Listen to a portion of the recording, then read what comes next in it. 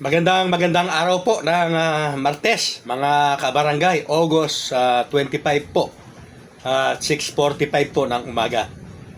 Yes po, napakarami po ng mga natutuwa kung sakasakali po na maaprubahan ang Senate Bill 2387 na inaakda po ni Senador Chis Escudero. Lalong-lalo na po siyempre yung mga nakaupo. Pero ano po ba ang mga napapaloob dito o napapalaman sa bill na ito kung sakasakaling ito po ay maging ganap na batas? Mga kabarangay, maaari po na kapag nalaman ninyo, lalo na po yung mga nakaupo, ay baka po magdalawang isip kayo na gusto po ninyo itong matuloy.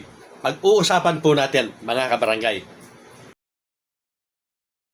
Nakapaloob po sa bill ni Chis Escudero, mga kabarangay, mula 4 na taon ay magiging 5 taon na po.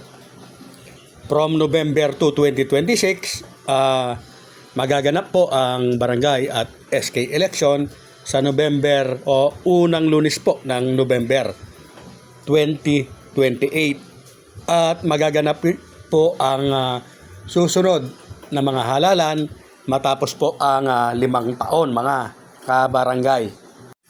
Pwede pong maupo ng 3 magkakasunod po na termino. At ang mga SK naman po o kabataang barangay o sangguniang kabataan ay 1 termino lamang po sa loob ng kanilang panunungkulan. Heto naman po ang mga layunin.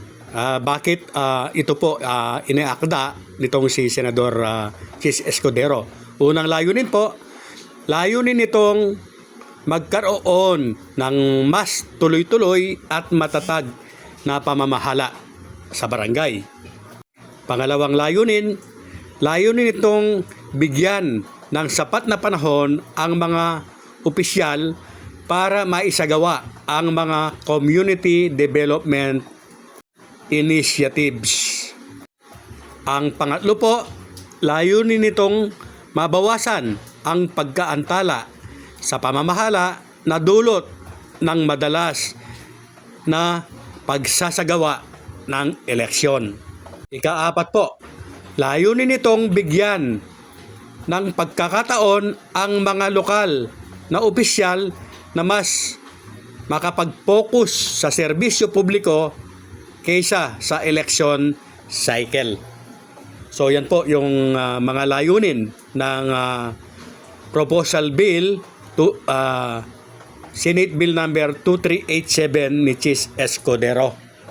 Mga kabarangay, paalala lamang po ang House Bill number 2387 na panukala po ni Senador Chis Escudero ay hindi pa po ganap na batas. Hindi pa po ito batas. Kauusad pa lamang po nito sa ikalawang pagbasa. At katatapos lamang po na maaprobahan ito sa committee hearing po ng Senado. At ang umiiral pa rin po na batas sa kasalukuyan ang RA 12232 na nagtatakda po ng halalan sa November 2, 2026. Ano na naman po at sino-sino naman po ang makakahabol? Ano ang mangyayari sa mga incumbent kung sakasakali na ito nga po ay maging ganap na batas at ipatupad? Mga kabarangay, ang mga nasa unang termino po ng kanilang panunungkulan, madadagdagan po sila ng 2 taon na sinasabi po ng bill na ito na equivalent o katambas po ng 1 termino. Ang pagkakadagdag po ng 2 taon daw ay yan nga po tumutumbas ng 1 termino.